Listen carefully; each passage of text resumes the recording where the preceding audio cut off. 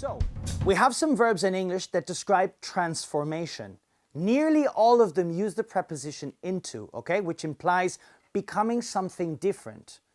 So, when you were a child at school and you studied about the cycle of life, for sure you studied caterpillars, which we know, of course, transform into butterflies. If you watched cartoons like me, then you saw the truck transforming into Optimus Prime, the Transformer. Turn into, another story. The fairy godmother turned the pumpkin into a carriage, and then subsequently turned the mice into beautiful horses to bring the princess to the ball.